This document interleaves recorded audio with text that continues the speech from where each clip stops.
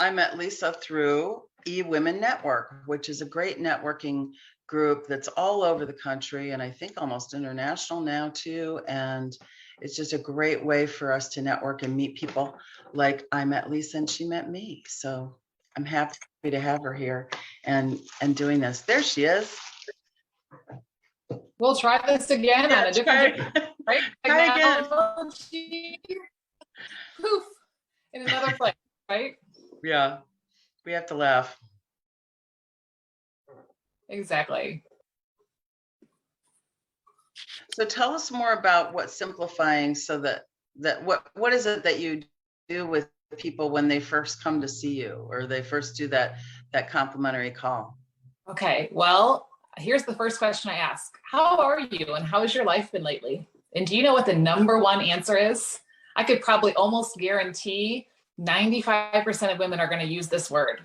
It's the B word, busy, right? Oh, life is busy. Oh, always busy. Oh, busy with kids, busy with work, busy with holidays, busy with, busy.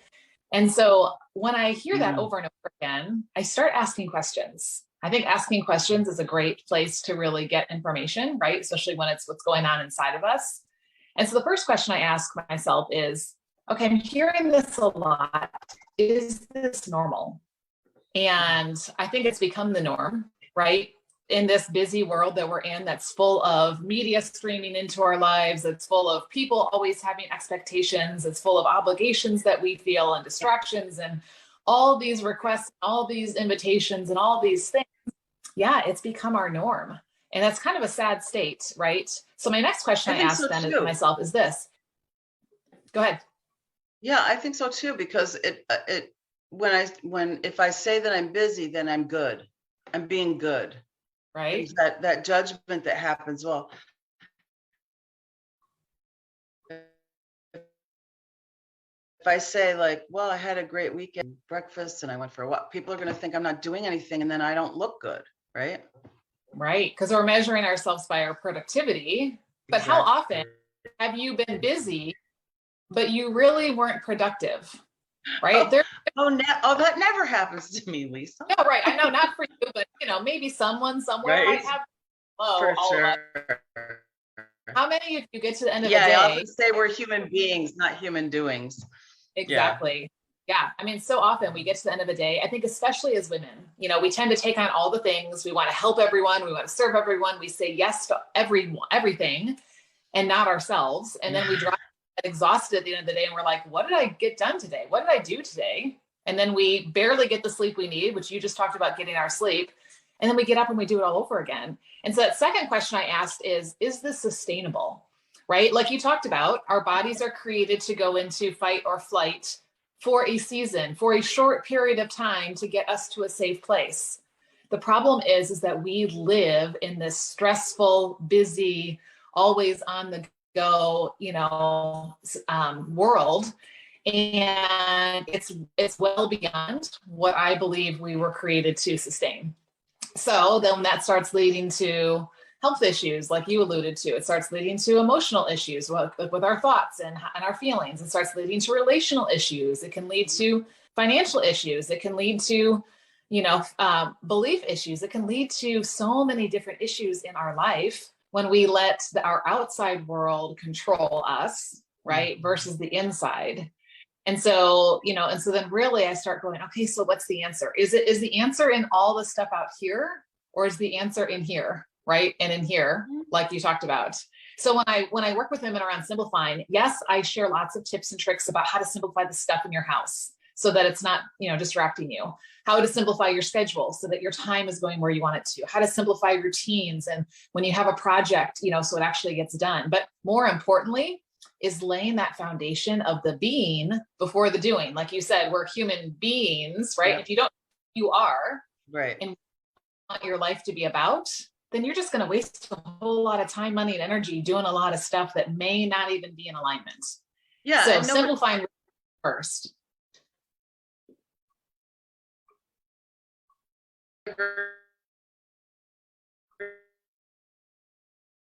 Says, I wish I had spent more time. Oops, connection's unstable. Okay, so there, you're back now. Yeah. So it happens like that. Go ahead.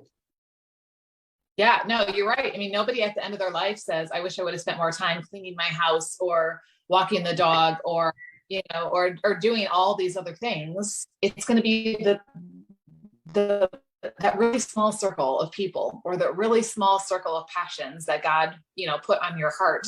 Those are the things that you're like, I was so distracted. Right. And so when I talk with women, I say, oftentimes we feel one of four things. The first one is we feel buried. Like we just feel like life just keeps piling more and more. And we're like, just trying to keep our head above water so that we can catch a breath of air. And that's a really hard, suffocating place to be. And I've been there. I think we've all been there, where we just feel like everything's just on top of us.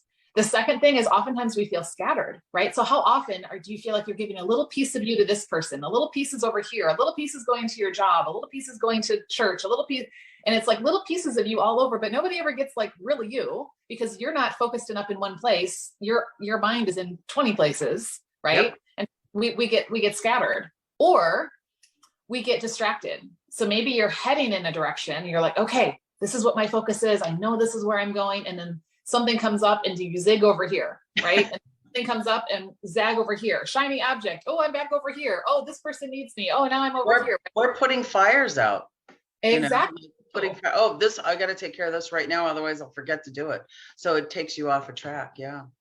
Yeah. The tyranny of the urgent, right, is so often what guides our day. And I used to be that girl. I used to wake up in the morning without a plan for my day. And I would just go from one fire to the next. What was the most immediate need in front of me? Who needed me in the moment? And it was exhausting, right? Yeah. And I really didn't feel like anything was getting done or done well. And then I would drop in bed exhausted and get up and do it all over again. And so the last one is, that's where it's not going to be perfect because we still live in this really distracting world and we still have tendencies that we fall back into, right? But this is where for the most part, where you can put your blinders on, you know who you are, you know where you're going, and you know what it is that is the one thing that matters most right now, right? And you're able to just keep going in that direction. And yeah, you may see things around you, but you're not going to be thrown off, right? What was the first word you said about that number 4? Number 4 is focused. Focused.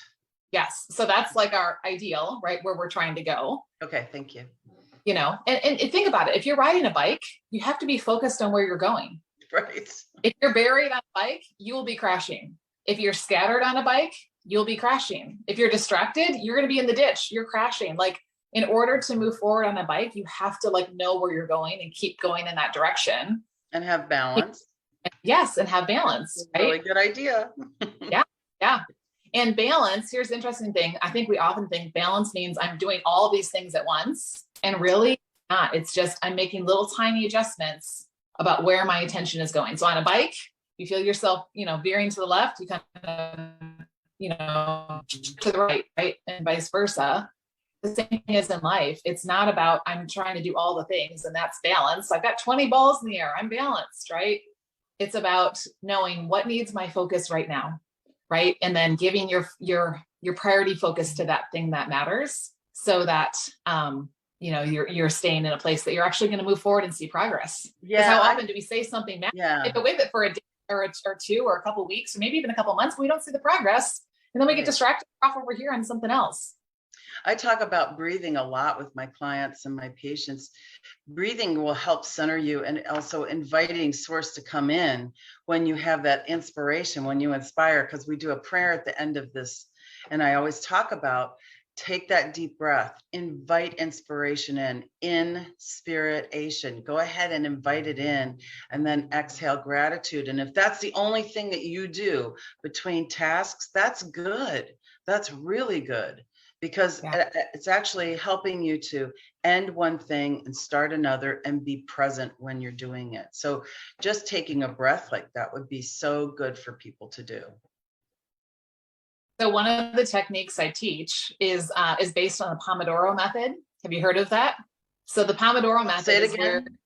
Yes. The Pomodoro method. You choose one task and you set a timer for 25 minutes and you don't do anything except that task until the timer goes off or until it's finished, if that happens first. And then listen to this. when that timer goes off, you have to, I got to think about this, drink, because getting hydrated is so key. You have to move your body. And I thought this one was really interesting. Look into the distance, because when you've been focused on something in front of you, a lot of times the screen, right? Mm-hmm. Your brain is just focusing in on that one thing. So by changing your setting and looking off into the distance, you're helping your brain, like you said, to reset in between things that you're doing. And absolutely. I'm truly a proponent of less is, yeah.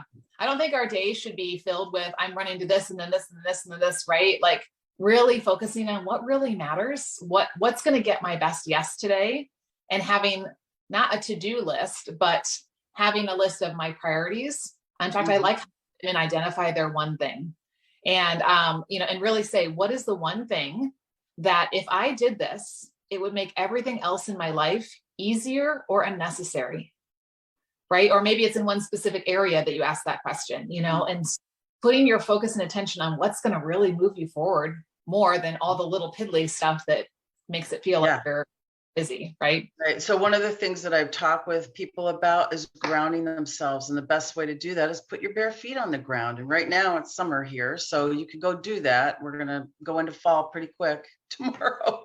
But let me say, like, while we still have this warm weather, go put your feet on the ground without anything between you and the ground, because that is where we live on the earth. And every time you do that, there's an electrical activity balance that happens, and it's so fast they can barely measure it. And what happens is it balances all of your energy out. And so one of the things that I do between clients and patients is I'll go outside, I'll put my bare feet on the ground, and I'll look at the leaf the farthest away from me on the tree that's biggest farthest away from me. And I just naturally do that anyway. And what you're talking about is exactly that.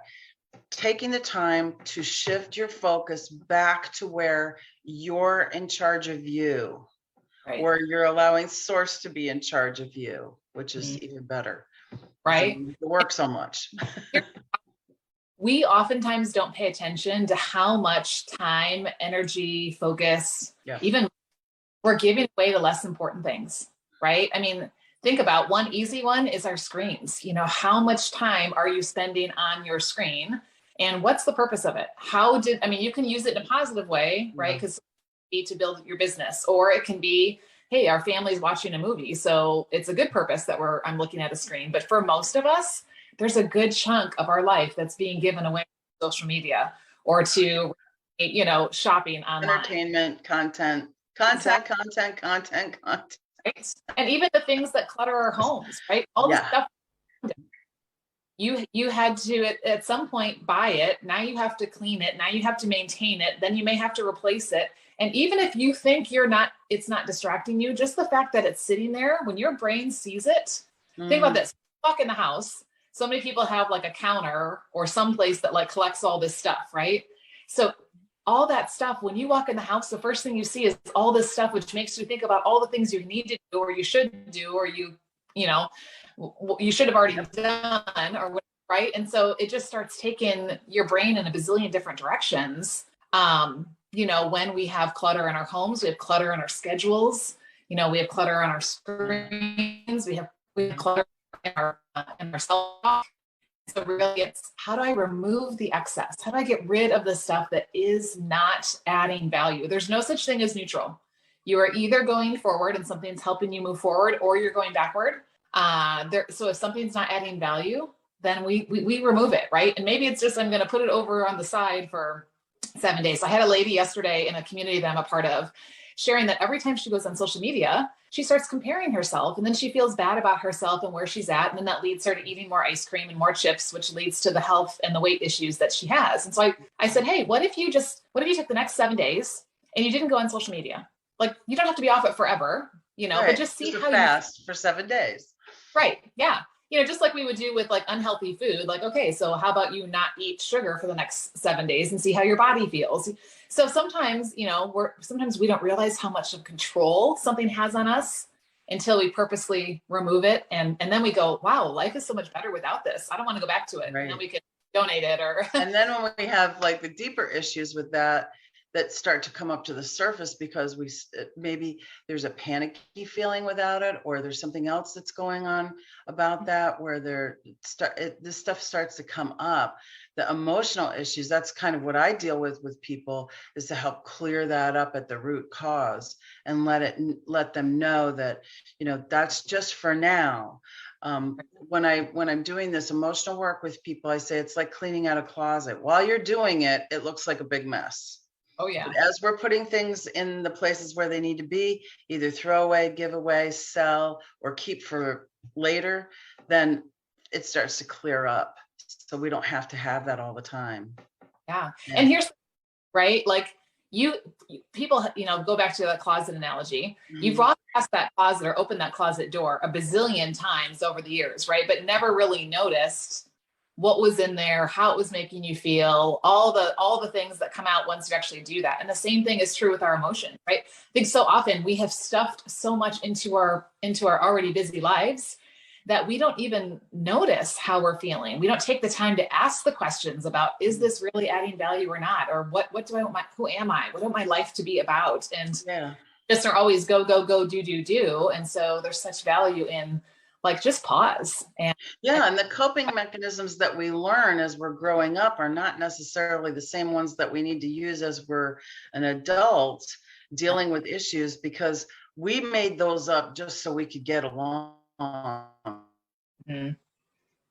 So as we were growing, but they don't always work for being healthy. Those are survival ideas.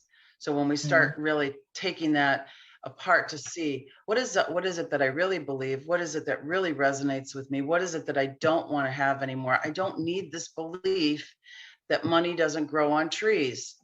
Of course it does. It grows wherever I say it grows. It's made of paper. Of course, it's a tree. So the idea is that we can choose those things instead of having them thrust upon us at a young age when we don't know.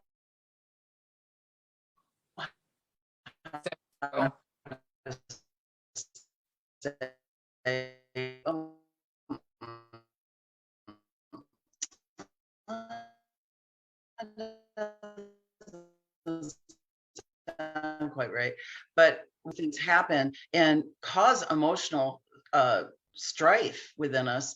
And so as we're clearing this up, and when you're doing the work that you're doing, these things can come up easily with people. For sure. And here's what's interesting, right? Women tell me all the time, I'm busy, right? Life is so full. I never have time. I don't have enough money. I don't have any extra energy. I can't add one more thing. This is blah, blah, blah, blah, right? I've said it. I hear this all the time. And yet, listen to this. The other day I asked, if I had a magic wand and I could make your day about anything you want it to be, what would your day look like? Let me just tell you, not one single person. I got answers from lots of women. Not one single person was there even an ounce of busyness in that day. And so it's so interesting that this is how we live. This is what we want. And these two things do not line up, right? Why do we say we want, this time with family, this time to take care of ourselves, this time to be out in nature, all these things. And yet we we cram our lives with all this stuff, right? And that's why my passion is around helping women to break free from all those distractions, the obligations, the expectations, so that we can simplify our focus and say, what's the one thing that matters most right now? And I think a lot of times women feel like, I can't choose one thing, like then I'm saying no to these other things. And sometimes you are, right? Like sometimes we do need to say no to something for now to give something else priority. But we're always going back to that one thing question. What's the one thing that's going to make everything else easier or unnecessary or allow me to show up in a bigger way for these other things? And so I actually put together a resource. If I can share with your audience. Absolutely. Yeah, we'll put it in the comments too. Whatever URL you have for me. It's called the One Thing Roadmap. And it takes you through the process of thinking about what do you want your life to be about, and then what matters most right now. And I like to do them. I like to challenge women to do them in smaller chunks. Don't say this year I'm going to, because guess what? If you give yourself 12 months, it will take you 12 months to do whatever that is. If you give yourself 12 weeks, right? What if you really focus for a shorter period of time? You would get so much more done and move on to other things as well, right? So it's lissafiggins.com/1. because it's to help you clarify your one thing. And I'll give you that link so you can drop that down in the comments as well. But I just encourage, women to just push pause, start asking some good questions, and start saying no to the things that don't matter, right? It's okay to say no. Like, no. Yeah, that's a complete sentence, right? Exactly. Right? Yes. You can say no, thank you. That's okay. Yes.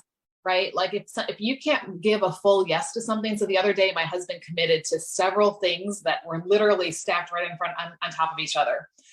And when it came to time for these things to happen, I just looked at him and I was like, why did you say yes to all of these things? Because it involved me too. And it all worked out in the end. But it did not, it felt very, and we couldn't give a full yes to each one of these. We had given a partial yes to each one of these. And so nobody really, got all of us. And so really being able to discern that and say, right now, this is not my best yes. So can I share the 4 Ds with your audience real quick? Absolutely. These might be, okay. So when I work with women, whether you're buried, you're scattered, you're distracted, or you're focused, I always say, apply the 4 Ds. The first thing is, what can I delete? Does not even have to be done. The world will keep spinning if this does not happen, right? There are a lot of those things that are on our plates or in our days that just don't need to be done. Get them off your plate. The second thing is delegate. What are the things that you're not the only one who can do this? So maybe this is delegating something to a family member, like, hey, you can, take care of the dishes after dinner because, and I made the dinner, whatever it is, right? It could be somebody in your home. It could be somebody that you pay to come in and do something for you, right? It could be a virtual assistant. It could be somebody who comes and cleans your house once a week or once a month. Just what are those things that someone else could do, but that'll free up some time for you to focus on one thing and what matters most.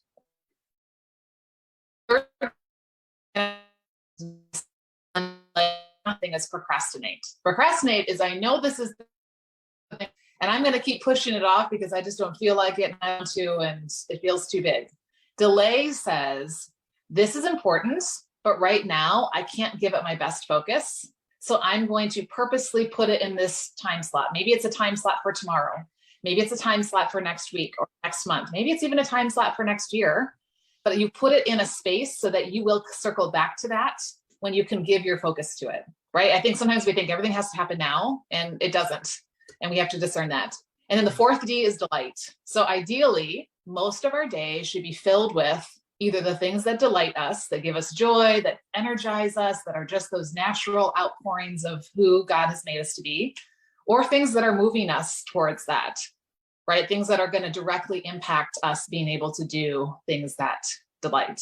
So the 4 Ds, I'll just say them real fast again, is delete, delegate, delay, so that ultimately you are delighting. Yeah, that's beautiful. Thank you so much, Lissa. That's exactly what we want people to remember, that life is for living, not for being busy. Yes. For actually living and enjoying, and we're here for that.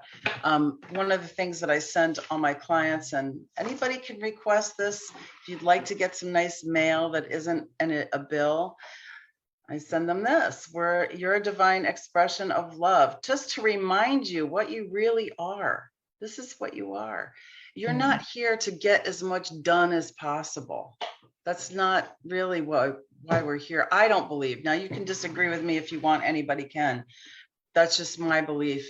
And I think that a lot of people share that because they know that there's more to life than just doing. Right. We would feel fulfilled when we were doing. And usually the more we do, the less fulfilled we feel. Isn't that amazing how that works? Life's full of little things like that. We got to trade off all this doing for being. So let's do some being right now. I'm going to close with our prayer today. Thank you, everybody, for being here. Thank you, Lissa, so much for your time and your energy and bringing this forward. I just love that we have all this. Everything is leading to the same truth, that love is all there is, and that we can be in that love if we let ourselves. So let's close with a prayer today. Take a nice deep breath up through the top of your head, up through your crown chakra, up into love light source energy, up into the center of the universe, wherever that is. And as you exhale, let that energy come back down through all layers and levels, down through the center of your body, down through your feet, into the core of the earth. As I say these words in the I am, for everyone listening, God is all there is. Love is all there is. Light, life, and source energy is all there is. And I recognize right here and right now that I'm one with God, love, light, life, and source energy. And I'm never, ever separated from this energy. If I feel separated, I know it's a false feeling. And all I have to do is breathe in, inspiration, inviting spirit in, and exhale gratitude. Thank you. Thank you. Thank you. Thank you for making me a being and not a doing. And thank you for reminding me that when I am being, that is all that I need to do, is just be. And I'm so grateful. I'm grateful that I can center myself and put my attention back on that which is the most wonderful source energy that's living within me in every cell, molecule, and atom, and all the space in between, that's giving me life, passion, and realizing that my passions are things that are there for me in my heart, in my desires to help everyone, to help all of the earth, to help me move forward in my life. I'm grateful for all the assistance that I receive. And I know that wherever the student is ready, the teacher appears. And I'm so grateful for that. I'm grateful for all the people in my life that are showing me the contrast of life so I can say what I prefer. I'm grateful for the ability to pare down what I don't need and release it and let it go, and know that as I let it go, I'm letting more of source energy in. I'm letting more God in. I don't need stuff. I need love. I need warmth and compassion. And I need compassion for myself to do this, because it's so easy for me to tell myself negative things and compare myself to others who might appear to have it better. But I'm really focused on compassion for myself, because as I fill my buckets up with compassion, they overflow to everyone in my life. And I'm so grateful for that. I'm grateful that that's how it works, and that I can have that for myself and know that I'm not taking away from others. There's plenty for everyone. I can have compassion for myself and for others.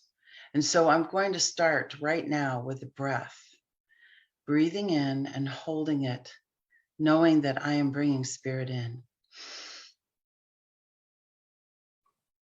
And as I feel this breath holding in my body, spreading into every part of me, I say, yes, yes, yes, yes, yes. I say it out loud, yes, to all that's good. Bringing it into my life, knowing that I am part of creation, a very important part, a very unique part, a very special part. And I'm so grateful. I authorize my subconscious to let it be so, to dissolve any constrictions or contractions, keeping me from my highest good. I say that it's so, and I let it go, knowing that it's already done. Thank you, God. Thank you, God. Thank you, God. And so it is. Thank you, everybody. Have a great week. Come back next Tuesday. I'll have a big announcement for you. And I hope that you are a human being this week and not a human doing. Thank you. Bye, everybody.